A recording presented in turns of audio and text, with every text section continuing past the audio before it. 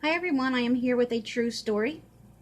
Angels and Wonders, true stories of heaven on earth. Got done with my friend's book and then she sent down this new one. Okay, I've been wanting to read this one. I think it's got a few different stories in it. You know, one of those ones where it's got several stories in one. Because it sounded really good, so. This one is called What Do the Children Know? And there's a hymn before this one. Jesus loves me. Little ones to him belong. They are weak, but he is strong. Kids are so innocent. They are so innocent, and all they know is love. So when a little kid tells you something like if they had an experience or something, you know it's true, because why would they want to lie about it? And you can tell by the details and stuff. Okay, so let's read the first one. Because they are so innocent, small children accept even the most improbable things as perfectly normal. Perhaps they are in touch with heaven in a way we can only imagine. Johnny and William Edwards of Athens, Georgia, had been married for 10 years before they conceived a child. During her pregnancy, Johnny fell on her stomach, was in an automobile accident, and a month from delivery, suffered complications and had to be induced. Given all this, when I held my perfect baby boy, Demetrius, in my arms, I felt he was a miracle child, Johnny says. Johnny delighted in motherhood, but it was not without anxieties. There was so much to learn, and each time Demetrius tried something new, Johnny felt apprehensive. When he turned 3, and his daycare center offered swimming lessons at the YMCA, she had mixed emotions. She certainly wanted him to learn to swim, but what if something happened? Reluctantly, she enrolled him, but on the days of swim class, I worried constantly until he was safely home, she says.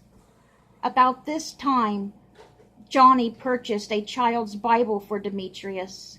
They hadn't talked about spiritual things yet, so she decided to read him one story each night as a beginning. That evening, Johnny tucked Demetrius into bed, remember he's 3 years old, picked up the new Bible and turned to the story of Jacob and the angel. Her little son's eyes lit up. "Mommy," he cried, pointing to the picture of a winged being. "I saw this lady today." An angel. Thanks, sure. "You did?" Johnny asked, astonished. "Uh-huh, in the pool." Demetrius was a very truthful little boy, and yet children did have fantasies. "This is an angel, honey," Johnny explained carefully. "Did anyone else see her? Maybe your teacher?" "I don't think so," Demetrius answered.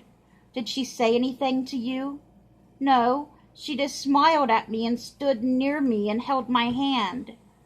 After my head went under water when it wasn't supposed to."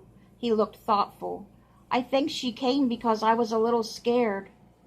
Tears pricked Johnny's eyes. She had been a little scared too, but now she knew God had his hand on her child, and there was no need to worry about water or anything else. And that was a good one. Now here's another new one. Little ones, special visions aren't limited to angels. Brad, the baby son of Peter and Darlene Cutlass, was just learning to talk and knew only a few words. One was Dada. Dada was not reserved for his father, however. When Brad saw any man, he would shriek Dada in delight. In an effort to encourage him to talk more, Darlene and Peter often showed him photographs of people in magazines. Brad would always point to the man, Dada. One afternoon, Peter and Darlene, "Let's show Brad a picture of Jesus." The baby had never seen one, and given the long hair and flowing robes, they wondered how he would characterize Jesus. But when they held the picture up, Brad suddenly grew solemn, pointed almost in recognition, and said again and again a word he had never used: King. King, King, King. And he was just learning to talk. And he had never said anything but Dada, basically. He had never said the word king. Now, why would he say that when he pointed at Jesus? He'd never even seen Jesus' picture before. Or has he seen Jesus before?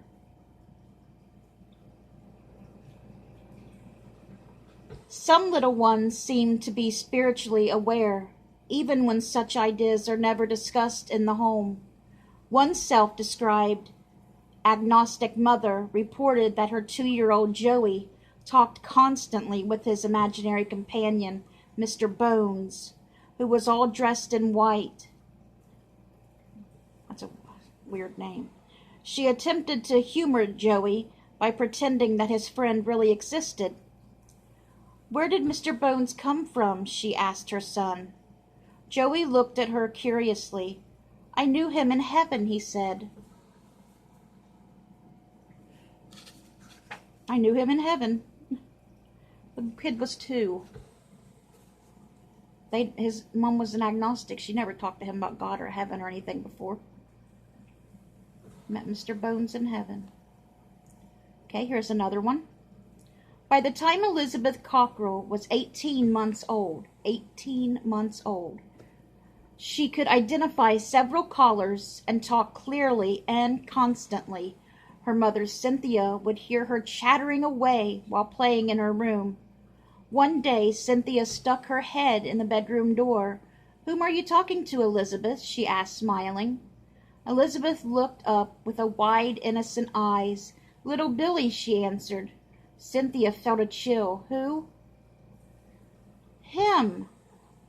Named Little Billy, Mommy, and he's a boy." Elizabeth was sure. "What does he look like, honey?" Cynthia is part Cherokee, and her daughters have inherited her dark hair. But instead of choosing a doll with a family resemblance, Elizabeth paused, looked around the room, and spotted a blonde doll. "Him hair like that," she said, pointing, "and him eyes blue." Cynthia was ready to weep. "Why do you call him Little Billy, Elizabeth?" she asked gently. "Him say his name is Little Billy," Elizabeth explained. It seemed reasonable to her. She just thought it was a little boy come to play with her. But Cynthia went to the kitchen, sat down at the table, and put her head in her hands. 1 week before Elizabeth was born, Cynthia's cousin's baby boy had died of sudden infant death syndrome. He had been 4 months old, with blonde hair and blue eyes, and from the moment of his birth, the family had dubbed him Little Billy. "My cousin lives in a different state, and we never discussed the tragedy," Cynthia said. So how could Elizabeth have heard about it? Cynthia never again asked her daughter about Little Billy, but for the next few years, Elizabeth always insisted that he was right by her side. I think she should have called and told her cousin about that. I think her cousin, that would have made her feel a lot better. I'm pretty sure. Children occasionally report out-of-body experiences. In Parting Visions, author Melvin Morris tells a 6-year-old Anne who had leukemia and had been feeling very sick. After she had gone to bed one evening, Anne saw a glowing form in her room, which turned into a beautiful lady. "We moved through darkness into an incredible bright and colorful world, like nothing I had ever seen," Anne later explained. "The lady said that I needed a rest, that life was very hard for me." Enjoying the unaccustomed feeling of peace and joy, Anne played for a while with other children in a sandbox. Then, guided by the lady, she returned to her room, waved goodbye to the lady, and fell asleep. Within 2 weeks, all Anne's blood tests had returned to normal, and the leukemia was gone. Although she was not ill like Anne, 4-year-old Sarah Richter of Kansas City, Missouri, had a similar story to tell her mother one morning.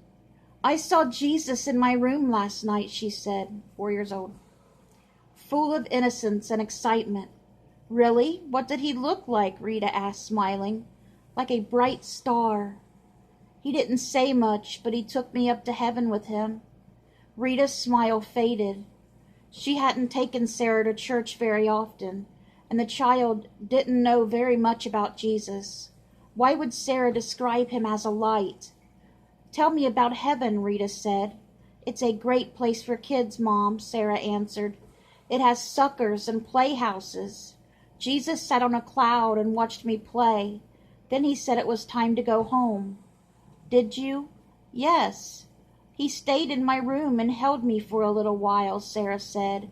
"Then he went back to heaven." A few years have passed, and Sarah's experience hasn't happened again. But sometimes when she's afraid of the dark, she says she knows Jesus is holding her, and she falls asleep quickly. Rita reports her daughter's faith has touched her heart. A caller phoned radio station KRLD in Dallas one evening when the host and I were discussing children's spiritual insights. "Bobby, our only child, was almost 3 when my wife had an early miscarriage," the caller told listeners. "Because she had to stay overnight in the hospital, I brought Bobby to see her that evening.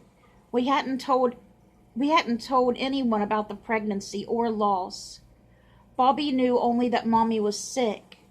The moment Bobby entered his mother's hospital room, he climbed up on her bed and looked at her with tender concern. "Don't be sad, Mommy," he patted her cheek gently. "In 1 year you're going to have another baby." Shocked, the couple looked at each other. How could Bobby have known about the situation? He would never answer any questions, Bobby's father explained, but 1 year later, to the exact date, my wife gave birth to a healthy daughter. That would about made me cry. We're almost done with this one. William Collin had been ill for a long time, and his 6 adult offspring were saddened, but not surprised when their mother called them to his bedside for the last time. Slowly they gathered, bringing their spouses and children.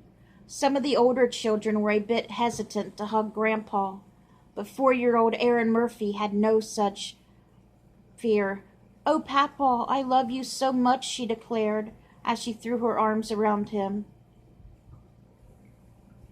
During William's last hours, after the grandchildren had been tucked into bed, his family sang songs, "On Eagle's Wings" and "Be Not Afraid," and quietly said goodbye. As William died, serenity filled the room. Despite their grief, everyone knew he had found peace and rest. The following morning, Peggy Murphy went to break the news to her 3 small daughters, who had fallen asleep on the family room floor. "I have something to tell you," she began gently as they awakened. But Erin had news too. "You don't have to tell me, Mom. I already know," she said. "Papa went to heaven last night."